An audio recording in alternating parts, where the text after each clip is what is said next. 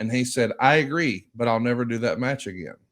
And I sort of caught me off guard. And I said, well, I'm shocked to hear you say that. But I think, and I'm not saying I know anything about wrestling because I don't, but I had a conversation early this year. I think it was January.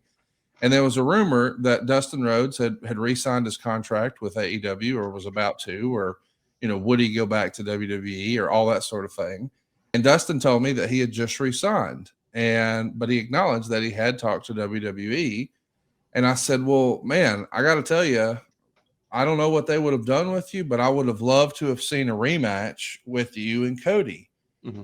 I think that's arguably one of the greatest and most important matches in AEW history. And he said, I agree, but I'll never do that match again.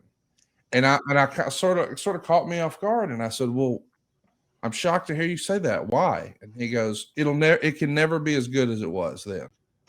I'm physically not the same person. I couldn't do that same type of match again. Right. I had it in me one time. I don't think I'll ever be able to do that match again. And whatever I do, if I did do it, and if I could be as good as I was that day, I just know in my heart, everybody's going to compare it to the first one. It's not going to be received the same way.